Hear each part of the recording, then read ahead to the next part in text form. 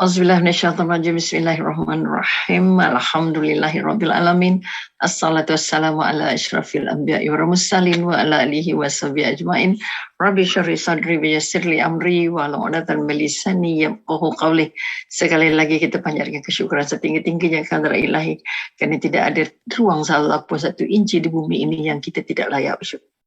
Malah kita katakan setiap hari, setiap saat, ada ketika, semasa, sesudah dan sebelum kita tetap dilimpahkan segala nikmat oleh Allah, maka alhamdulillahirabbil alamin harus menjadi sebahagian daripada hiasan bibir kita dan menggugah perasaan kita hingga kita merasa tidak ada yang melihat kita kecuali Allah, tidak ada yang menilai kita kecuali Allah, tidak ada yang perlu kita taati kerana Allah. Jadi, dan juga kita angkatkan Allahumma salli ala sayyidina Muhammad sebagai tanda kita rindu pada baginda yang telah memberikan kita satu panduan hidup, contoh tauladan yang sangat hebat, memberikan panduan yang sangat tinggi nilainya sehingga tidak ada yang mampu menyainginya, yang namanya Al-Quran, sehingga kita layak untuk digelarkan hamba Allah, digelarkan khalifah Allah, dan insya Allah layak untuk dijemput masuk berjumpa ke Allah bersama junjungan besar Nabi Muhammad sallallahu alaihi wasallam, berkat syafaatnya. Maka salawatlah sebanyak-banyaknya hari ini, hari Jumaat. Okey. Jadi sekali lagi pertama diucapkan terima kasih kepada semua penonton yang diberi kesempatan oleh Allah untuk bersama dengan Dewan Dakwah atau Tazkirah Dewan Dakwah, Tazkirah Pagi Dewan Dakwah. Mudah-mudahan kita sama-sama dipilih Allah untuk berada dalam majlis ilmu, kerana tidak ada majlis paling mahal di muka bumi ini selain majlis ilmu. Maka saya menyeru kepada sampai giliran saya, Dr. Rabiah Hamzah, untuk mengisi ruang Tazkirah Pagi Dewan Dakwah, Majlis Dakwah Negara. Maka saya menjemput tuan-tuan dan puan-puan like and share page Dewan Dakwah agar kita dapat mencapai lebih ramai penonton untuk sama-sama turut serta, bukan sekadar untuk memungut mutiara-mutiara yang telah diluahkan oleh penceramahnya, tetapi paling utama ialah memungut mutiara-mutiara yang tersimpan untuk dijadikan bekal kita pendinding api neraka ketika di akhirat. Sebab itu kita ingin turut serta menyumbang. Menyumbang terbaik ialah menyumbang dari segi harta atau menyumbang dari segi wang, kerana kita memerlukan setiap kata-kata setiap perancangannya harus melibatkan keuangan. Jadi sekali lagi, tolong simpan sikit harta kita untuk dibawa balik berjumpa Allah ya, melalui Dewan Dakwah. Kita tak mampu bawa harta kita balik ke akhirat, tetapi kita mampu membawanya sendiri, tetapi kita mampu membawa semua harta kita ke akhirat melalui tangan-tangan orang lain. Salah satu tangan yang disediakan oleh Allah ialah Dewan Dakwah, Majlis Dakwah Negara yang menadah tangan untuk membantu tuan-tuan dan puan-puan membuat simpanan-simpanan tetap yang nanti akan dibawa langsung berjumpa Allah, insya-Allah. Oleh itu sekali lagi, like and share page Dewan Dakwah, Majlis Dakwah Negara, supaya apa saja aktiviti dakwah akan dapat direalisasikan secara baik. Okay, kami baru saja melintasi kita ke malam sejuta munajat, satu daripada kejayaan-kejayaan hasil dari sumbangan-sumbangan daripada orang ramai. Jadi sekali lagi terima kasih diucapkan atas sokongan dan pendaftaran tuan-tuan untuk menonton kita kata malam sejuta munajat yang baru saja dilangsungkan. Itu juga melibatkan keuangan. Oleh itu sekali lagi, jangan berkira-kira. Jadikan Dewan Dakwah sebagai tabung untuk membawa harta tuan-tuan ke akhirat sebagai bahan untuk menyelamatkan kita dari api neraka, insya-Allah. Jadi hari ini kita nak bercakap Ramadan yang dinantikan.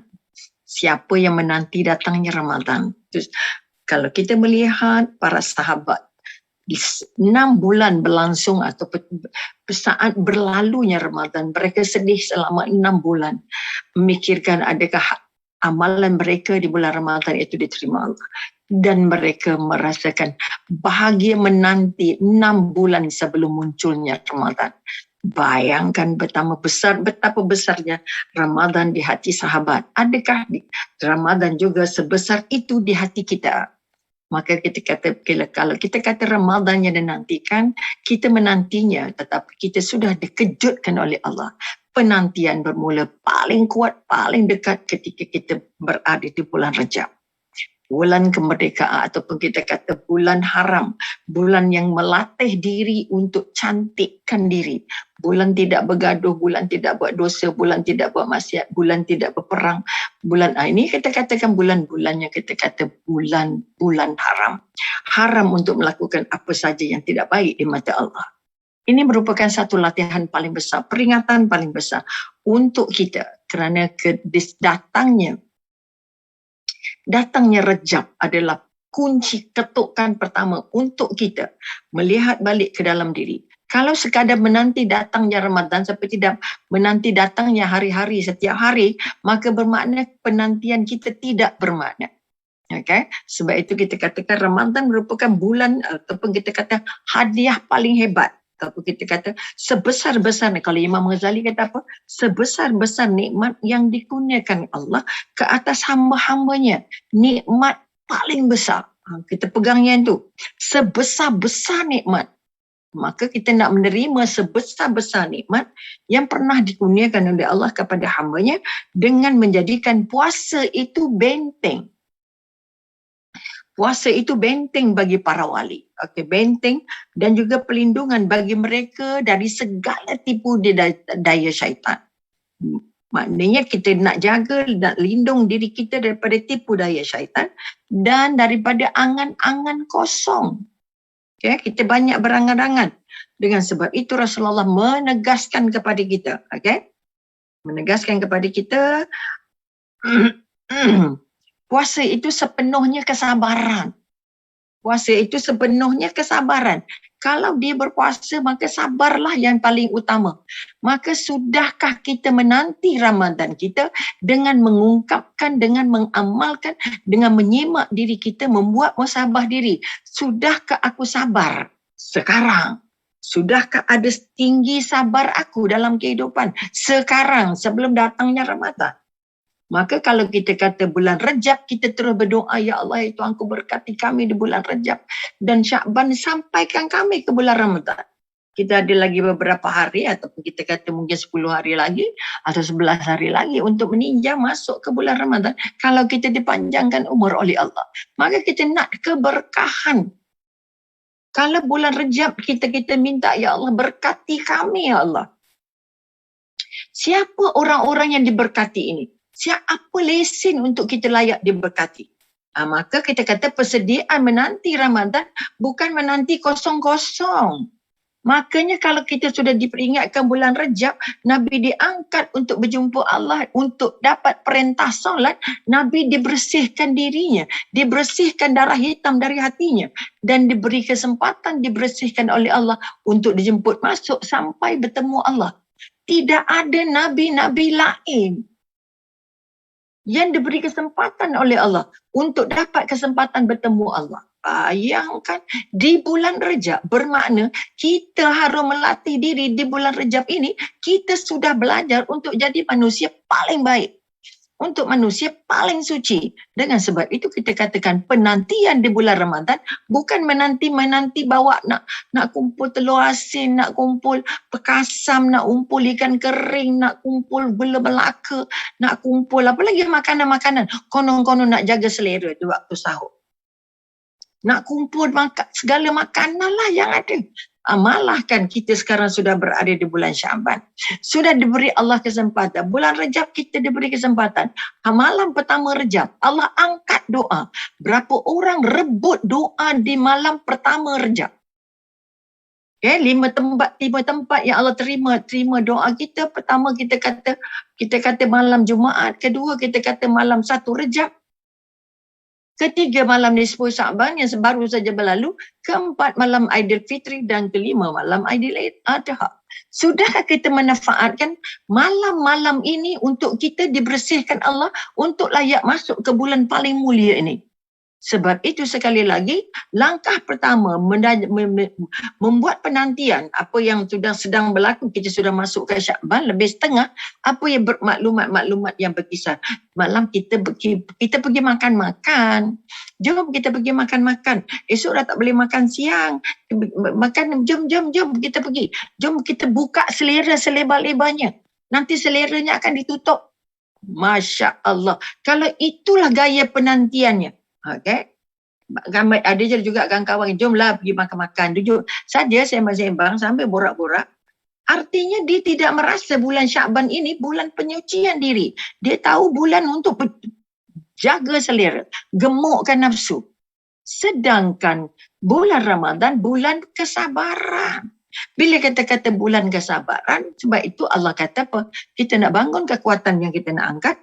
Kalau kita lihat apa yang Allah kata, kalau daripada surah Az-Zumar ayat 10, kita kata apa?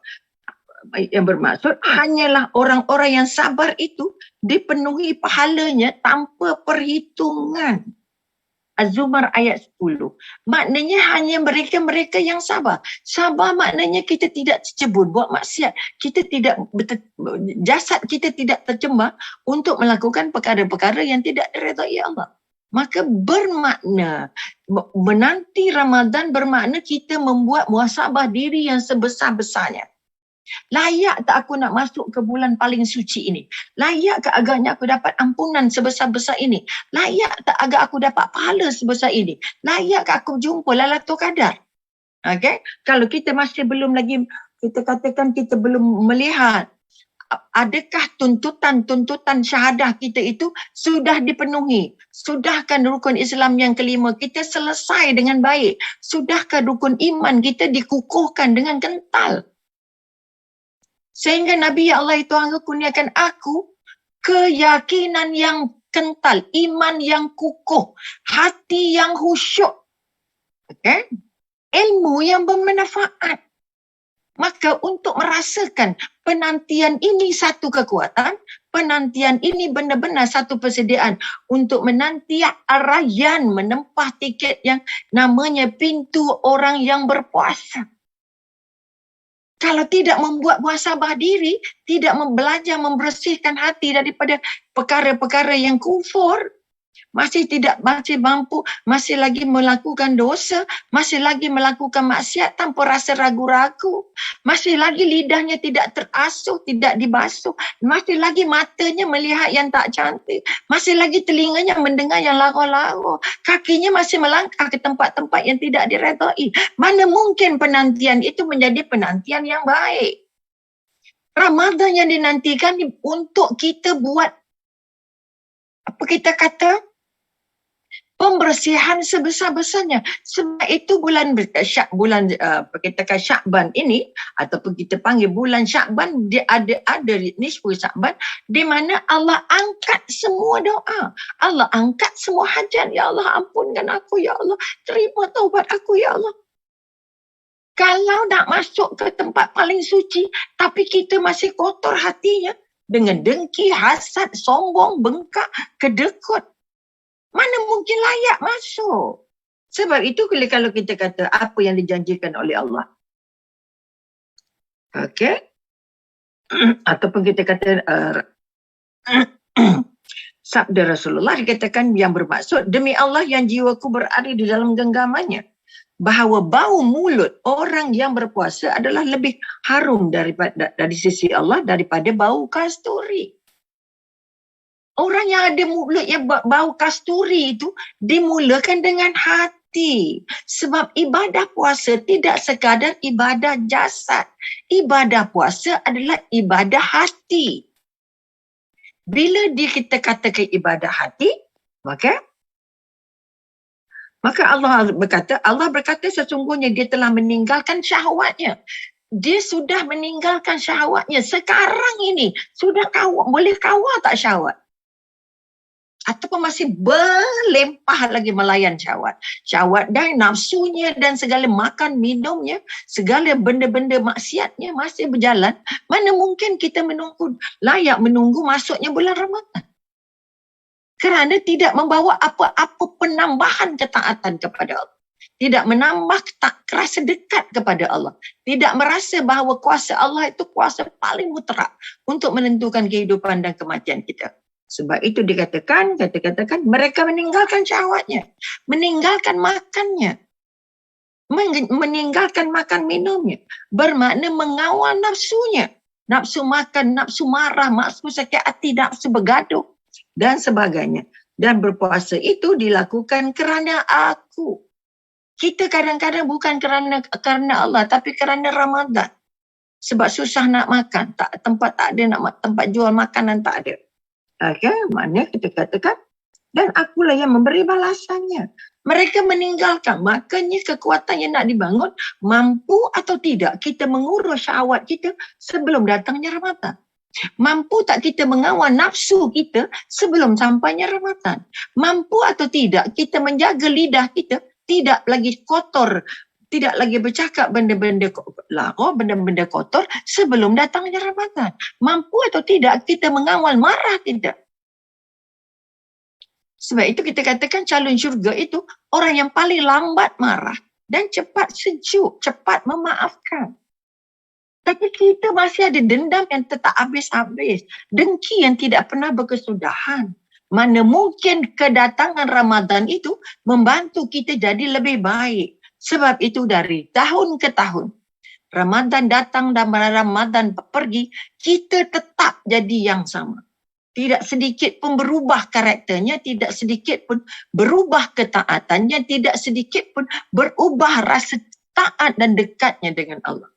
Kita menganggap Ramadan sebagai satu perayaan. Sebab itu kita ada pesta makan. Kalau hari-hari masak satu sayur, satu ikan, satu kuah, sudah. Tapi bulan Ramadan tak macam-macam. Apalagi disediakan juadah ataupun di pasar-pasar yang namanya pasar Ramadan. Kita akhirnya malam berpesta, bulan pesta makan. Umi pernah mengajak anak Korea, manager syarikat Korea datang ke Malaysia belajar bahasa Melayu. Dan Umi salah seorang daripada pengajar. Kebetulan jadi izin Allah, dia datang ketika bulan Ramadan. Dia hairan tengok pasar Ramadan. Dia tahu kita puasa, tapi bila dia pergi ke pasar Ramadan, dia kata ada macam-macam makanan yang tak ada di bulan biasa, tapi ada di bulan Ramadan. So what happened to the Ramadan?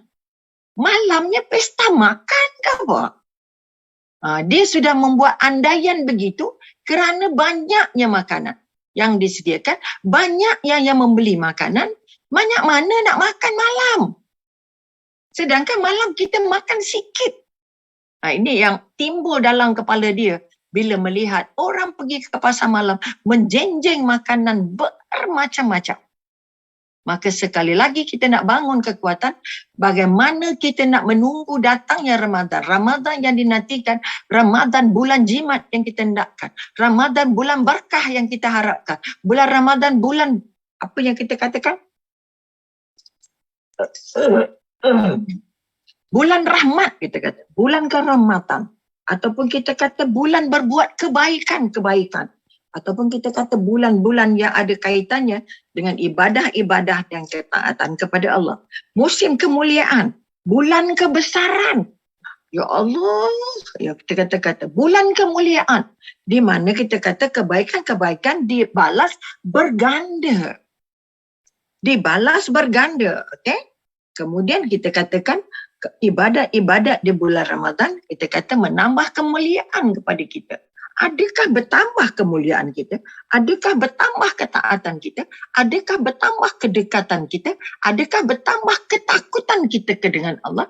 Adakah bertambah kecintaan kita kepada Allah sebelum datangnya Ramadan? Sebab itu sekali lagi kita katakan di bulan Ramadan diserukan, wahai semua orang-orang yang mukmin, tolonglah banyakkan ibadah kamu kerana bulan ini bulan melimpah. Dan diserukan kepada orang pembuat dosa, maksiat, berhentilah, sudahlah tu, Ramadan nak sampai dah, belajar bersihkan diri. Ini di antara kekuatan-kekuatan. Dan yang paling mahal pada kita membersihkan hati daripada perasaan-perasaan yang tak cantik. Kita belajar mesti mulakan dengan bermaaf-maafan. Sebab itu malam nisfu Sa'ban, Allah tidak angkat doa seseorang yang di dalam hatinya ada tidak mengampunkan. Ada perasaan tidak mampu mengampunkan dosa orang lain. Tidak mahu menerima kemaafan orang lain. Kamu hanya dapat diangkat Allah doa ketika nisfu Sa'ban setelah hati kamu cukup bersih. Tidak menyimpan sebarang dengki, sebarang dendam, sebarang sakit hati dan sudah mampu memaafkan semua orang. Baru Allah angkat doa kita.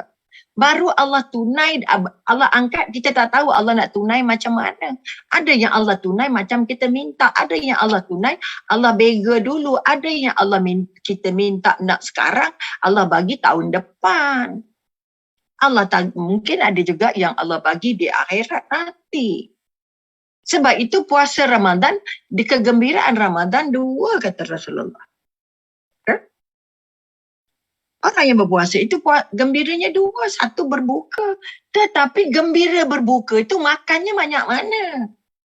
Bukan gembira berbuka habis satu meja dari ujung meja ke pangkal meja, makanan dan kita makan sehentak-hentaknya. Kerana menjamu itu bukan kegembiraan dia berbuka. Kegembiraan berbuka bermaknanya dia merasa nikmatnya makan tapi bukan banyak. Bukan berjenis-jenis sampai penuh sendat perut sampai maghribnya lambat. Sampai ngantuk, sampai letih, sampai tarawihnya tak ada tenaga. Kerana perut kita sedang diproses makanannya. Bukan itu yang dikatakan kegembiraan berbuka. Kegembiraan berbuka bermakna kita mengikut sunnah-sunnahnya Rasulullah. Minumnya dengan susu dan kurma, kemudian solat maghrib, kemudian makan sedikit. Bukan makan sampai sendat-sendat perut. Maka kita hilang, patutnya dapat keberkahan, kegembiraan di bulan berbuka, tetapi kita sudah masuk dalam kepala kita berbuka makan sepanjang-panjang sebanyak-banyaknya. Ini bukan lagi berkah, tapi sudah mudarat. Sama juga. Maka satu lagi yang dijanjikan kegembiraannya, bergembira dapat balasan puasa je di akhirat. Allah bagi hadiah puasa kita ketika di akhirat.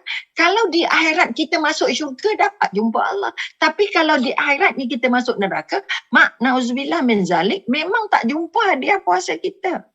Dengan sebab itu, sebagai psikologis, pertama yang nak dibangun ialah macam mana hubungan kita dengan Allah. Jaga tak dua kalimah syahadah kita. Aku bersaksi tak ada Tuhan melainkan Allah. Makna seluruh kehidupan kita ini tergantung, terserah kepada Allah. Maka orang yang dapat ujian, dapat cubaan, dapat musibah adalah mereka yang sudah bersih hatinya lalu menerimanya dengan penuh rela, penuh tawaduk, penuh rasa syukur. Ini yang nak dibentuk di bulan Ramadan. Tetapi kalau sebelum sampai Ramadan, kita tidak pernah menyemak zikir kita macam mana. Kita tak pernah menyemak doa kita macam mana. Kita tak pernah buat ulang kaji tentang ilmu-ilmu tentang berpuasa. Orang yang beribadah tanpa ilmu apa wajibnya puasa, apa makruhnya puasa, apa sunatnya berpuasa, apa itu puasa ganti, bila yang nak diganti. Kalau sekiranya kita orang tua, macam mana puasanya? Apa itu fidyah? Bagaimana nak menjaga supaya pahala puasa kita tidak berkurangan? Jangan buat peraturan sendiri. Bulan puasa tidur ni dapat pahala. Jadi tidurlah dari pagi sampai ke maghrib. Maghrib nak makan baru bangun. Macam mana otak mak-mak kita nak bagi tahu ke anak Ramadan ini bulan kamu pungut pahala. Allah bagi pahalanya berganda. Bila Allah bagi, kenapa Allah kata seluruh ibadah di bulan Ramadan pahalanya berganda? Macam mana nak ibadah di bulan Ramadan kalau belum ada ilmunya? Kita tak rasa pun berganda tu penting. Kebanyakan yang letih tidur tak payah buat apa. Pergi pejabat lembik, pergi sana lembik, pergi sini lembik. Kenapa? Puasa. Sedangkan Nabi perang bulan puasa. Perang kerana Allah. Kita ya Allah nak perang dengan nafsu kita je. Nafsu mata je. Mata kawal kita ke kita kawal nafsu? Kerana kita tak pernah tambah ilmu tentang Ramadan. Betapa nikmatnya, apa hikmahnya ada di sebalik Ramadan. Kita suruh anak puasa tapi tak cerita apa-apa. Kita suruh anak puasa tak pernah mengharap apa-apa. Akhirnya anak menganggap puasa itu seperti musim biasa. Kalau di barat ada musim luruh, ada musim bunga, ada musim sejuk. Berlalunya musim. Akhirnya kita sudah membuat kesimpulan, anak muda membuat kesimpulan, bulan puasa, bulan tak makan siang, bulan makan malam. Bulan puasa, bulan tidur sebanyak-banyak. Maka sekali lagi mari kita tengok. Amal tanpa ilmu tak ada apa-apanya. Kosong. Sebab itu syurga itu, syurga dengan ilmu seperti ikan dengan air. Kalau kamu nak menempah araian, tak boleh main sebut-sebut je. Maka belajarlah 2 bulan pertama ini, Rejab dan Syakban. Berkati kami di bulan Rejab dan Syakban. Tujuan berkah itu untuk latih diri kita jadi lebih pemurah, jadi lebih baik. Jangan bulan Ramadan bertabur-tabur. Tabung derma, lepas itu tak ada tabung dah. Tak derma dah, tak sedekah dah. Saya sedekah hanya di bulan Ramadan. Salah. Kita nak sedekah sepanjang hidup. Bukan hanya di bulan Ramadan. Tapi kalau siangnya banyak tidur, bermakna Ramadan kita hancur. Sebab kita tidak ada ilmunya bahawa Ramadan digandakan pahalanya banyak. Buat apa saja kamu terus diterima Allah. Makanya sebab itu anak kita tak rasa nikmatnya Ramadan. Dia tahu Ramadan tu sengsara. Apa persediaan buku-buku yang anak-anak kita nak baca? Apa filem-filem yang anak kita nak tengok di bulan Ramadan? Apa doa-doa yang anak kita nak hafal? Macam mana kita nak latih anak kita tahajud? Macam mana nak latih anak kita sahur? Sahur lepas tu tahajud. Tahajud lepas tu sahur. Kalau belum pernah dilatih dari sekarang, maka wahai semua ibu ayah, penantian Ramadan, Ramadan jadi nantikan bukan nak nanti datangnya bulan tak buat tak makan siang, bukan. Bulan datangnya Ramadan ialah bulan ibadah. Nak senang ibadah, nak seronok ibadah, nak ringan ibadah, praktisnya sebelum Ramadan. Pelari pecut itu akan lari, praktis dulu sebelum lari. Okay? Perlombaannya sehari tapi praktisnya setahun. Semua ahli sukan nak jadi juara apapun, praktis dulu. Naik basikal pun praktis dulu. Maka kami mohon, saya mohon pada semua ibu ayah, tolong cari maklumat-maklumat, ilmu-ilmu, penerangan-penerangan yang ada kaitannya kemuskilan-kemuskilan di bulan Ramadan. Tambah ilmunya. Apa makruh di bulan Ramadan? Apa yang tak boleh? Ataupun makruh dia tak cantik walaupun boleh. Apa sunat yang paling baik dibuat bulan Ramadan? Apa haramnya Ramadan? Ataupun apa kesalahan? Ataupun apa yang membatalkan Ramadan kita? Mengapa Ramadan ini sangat mahal? Tu bagilah sirahnya. Bacalah sirahnya apa terjadi. Dan apa yang kita nak pungut ketika di bulan Ramadan.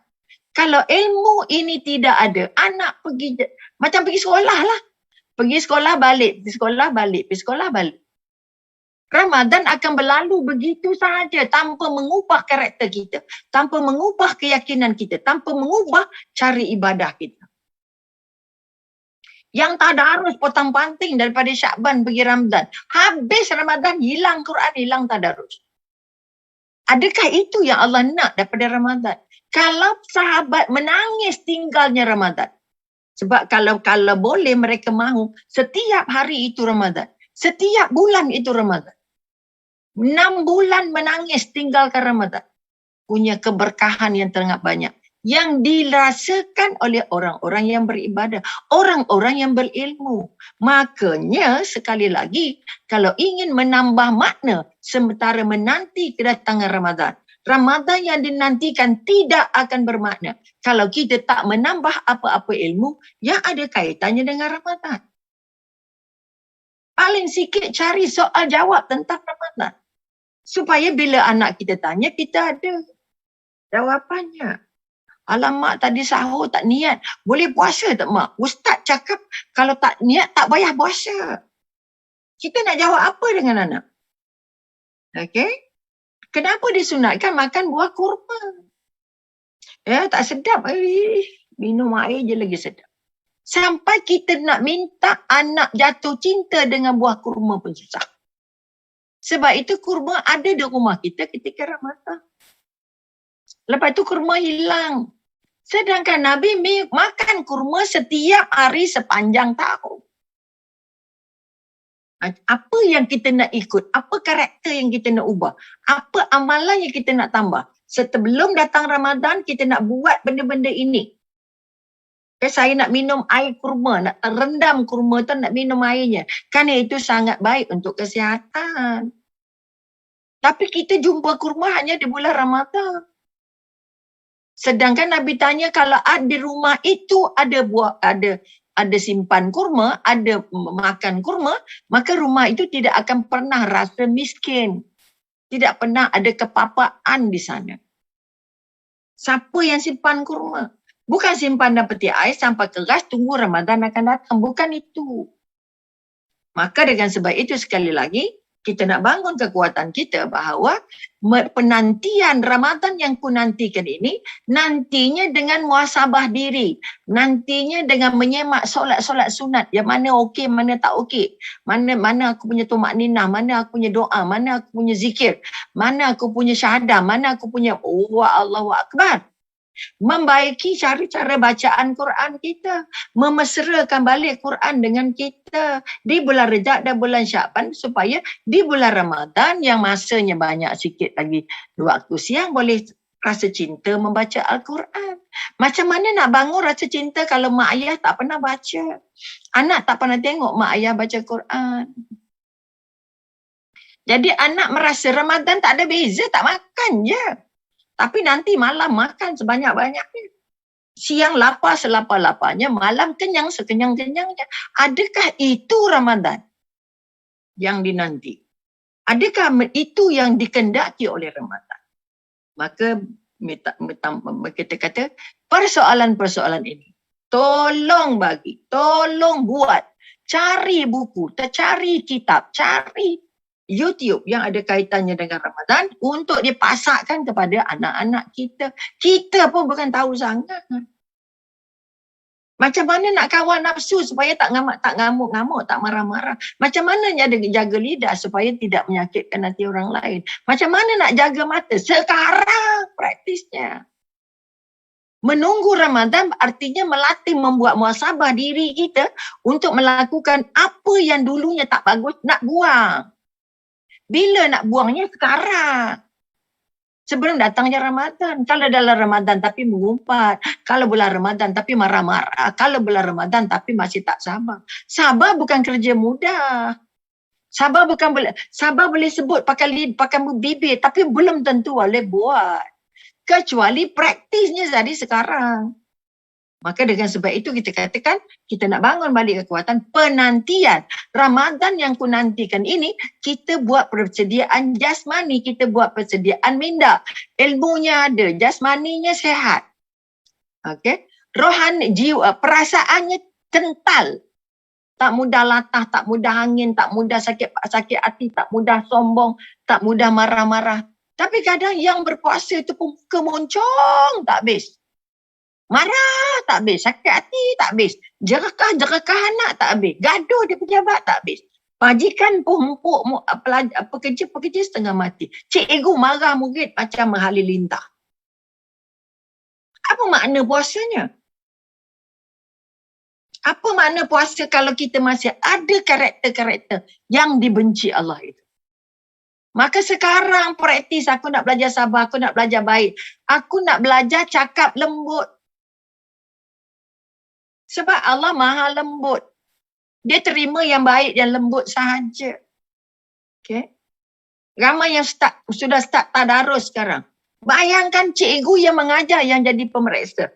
Ataupun kita kata jadi penilainya, garangnya setengah mati. Menegur orang macam singa. Mati semangat. Mati minat. Akhirnya orang muda tak suka tadarus. Kerana ustazah yang menegurnya, orang yang menegurnya kasar gedegor. Padahal ini bulan Ramadan. Nak jumpa Ramadan, latih dulu lembut. Yang dibaca itu kalimah Allah. Kalimah paling lembut dan paling suci. Kenapa bila orang salah, sergah-sergah macam setengah mati? Oleh trafik pun tak tengking kita macam tu. Maka kami nak peringatkan kepada semua yang berbuat tadarus. Belajarlah rasakan tadarus itu lembut, santun, mesra, cinta. Bukan musuh, bukan sakit hati. Yang penting habis. Kalaupun betul bacaannya, tapi caranya salah, pahalanya tak tahu juga. Potang panting. Maka sekali lagi kita nak bangun kekuatan. Penantian Ramadan adalah penantian membasuh diri, merendam jiwa, menggugah keimanan. Baiki solatnya, baiki surahnya, baiki zikirnya, tambah ilmu tentang Ramadan, latih diri untuk tidak dapat kawal nafsu, kawal syahwat, kawal kemarahan, kawal tindakan, okay? Tidak mengikut perasaan, tidak mengikut otak kita je itu. Tidak lagi bertengkar, tidak lagi marah-marah. Kalau ini dapat dilakukan, maka kita akan masuk ke Ramadan, bulan paling berkah ini, bulan yang Allah limpahkan syurga. Kita layak tak masuk syurga kalau layan anak macam singa. Layak tak masuk syurga kalau kerjanya membazir. Di dapur ada banyak, atas meja ada banyak makanan lebih. Itu pembaziran. Macam mana orang berpuasa tapi dia jadi kawannya iblis. Sebab itu yang namanya syaitan, mampu atau tidak, kita lepas diri daripada gangguan syaitan. Siapa agaknya syaitan? Siapakah syaitan itu? Syaitan itu ialah orang-orang manusia yang membuat pujukan, membuat rayuan, membuat gangguan untuk mengganggu supaya orang tidak taat Allah. Mengganggu, menahan orang supaya tidak buat kebaikan. Orang yang mendorong manusia untuk buat maksiat. Yang mendorong manusia, ini kekuatan. Ada tak perangai setan tu dalam diri kita? Okay? Sebab itu kekuatan yang kita nak bangun. Sekali lagi. Jadi sekali lagi minat ulang, syaitan itu siapa? Perangai syaitan tu apa? Apa sebab syaitan tu jadi musuh? Kerana kita katakan apa? Syaitan itu apa dia, siapa agaknya syaitan? Okay? Syaitan dalam pengertian umumnya, ini sebagai penutup, adalah siapa sahaja yang menjauhkan manusia lain, yang menjauhkan manusia dari ketaatan kepada Allah. Kalau kita pun tak berapa taat dalam solat 5 waktu kita pun tak berapa taat dalam surah dibaca Quran kita, macam mana kita nak lari dari syaitan? Tadi kita kata puasa mendinding kita daripada pujukan syaitan. Tapi kalau syaitan tu ada dalam perut kita macam mana? Sebab itu kita katakan mereka yang melarang atau menjauhkan manusia dari ketaatan, menjauhkan manusia daripada jalan kebenaran, yang memujuk manusia untuk melakukan maksiat dan yang melakukan hal-hal yang dianggap atau siapa saja yang melakukan maksiat dan melakukan kejahatan. Siapa saja yang ada perangai ini, maka dia adalah kawannya syaitan. Dia adalah kawannya syaitan. Satu tadi kita kata apa? Jauhkan manusia dari taat pada Allah. Jauhkan manusia dari buat kebenaran. Membuat apa saja yang benar. Di jalan yang benar. Memujuk manusia untuk buat maksiat. Memujuk manusia untuk buat kejahatan. Kalau perangai ini ada dalam diri kita, apa maknanya penantian kita di kepada bulan Ramadan? Sebab kita simpan setan dalam diri. Sebab itu tak banyak orang berubah karakternya setelah berlalunya Ramadan. Sama je, back to square. Maka sekali lagi, semak balik apa persediaan kita. Bukan sedia telur asinnya, pakasamnya, kicapnya, apa sosnya. Tak.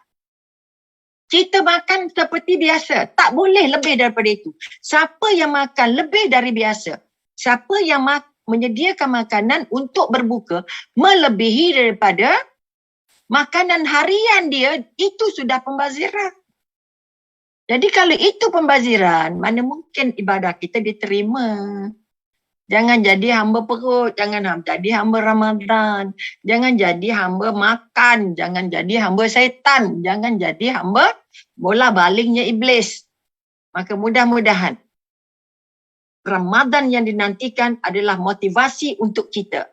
Angkat diri, tambah ilmu, bersihkan jiwa, buat muhasabah diri, baiki ibadah, tambah ilmu tentang Ramadan, baru kita namanya penantian yang bermakna.